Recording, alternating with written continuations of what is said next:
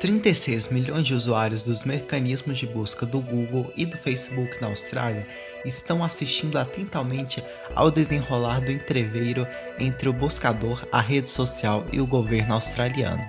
A questão central do embate está no pagamento aos veículos de comunicação pelas empresas de tecnologia.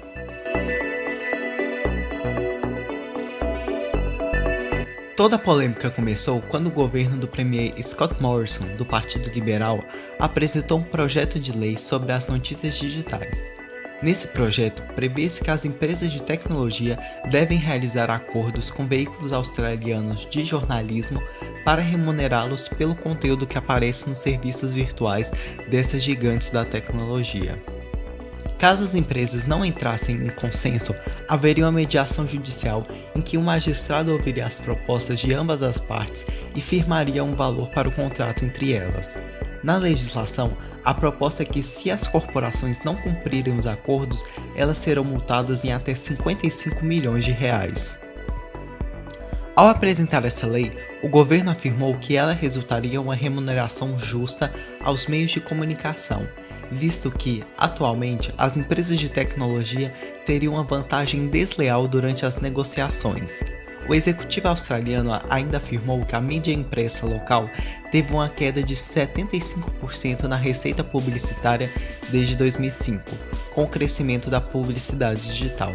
O ministro da Fazenda da Austrália argumentou também que uma indústria de mídia forte e diversificada é vital para a nossa democracia. Por outro lado, empresas como Google e Facebook afirmaram que essa lei inviabilizaria o funcionamento das plataformas no território australiano.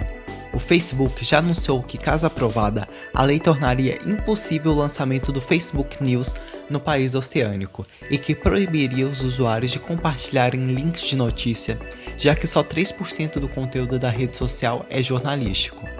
Mas o ponto crítico do embate que ocorre é com o Google.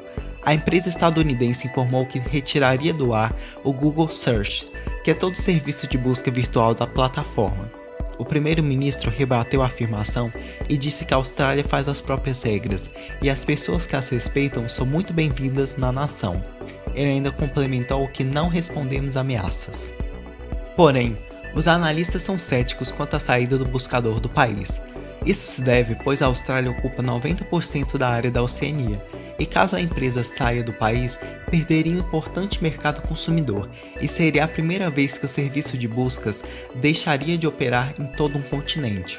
Além disso, o Google Austrália obteve uma receita de mais de 25 bilhões em 2019, e a plataforma tem 95% de participação de mercado na nação. Uma preocupação adicional da corporação é o incentivo que isso poderia dar às nações europeias e outros países. No exterior, a companhia tem que lidar com outros problemas também, por exemplo, as ações judiciais por monopólio e propostas legislativas para regulamentar as Big Techs em diversas partes do mundo, inclusive na sua terra natal, os Estados Unidos. Como uma forma de reforçar o argumento de que não deveria pagar aos jornalistas locais, o buscador já vem trabalhando em versão experimental para a Austrália, em que não exibe os conteúdos jornalísticos integrados ao seu serviço. A expectativa é que a proposta seja votada no parlamento nas próximas semanas, mas o Google já preparou uma ampla campanha publicitária para colocar a opinião pública australiana contra essa proposta. Nós seguimos acompanhando o degringolar dessa disputa.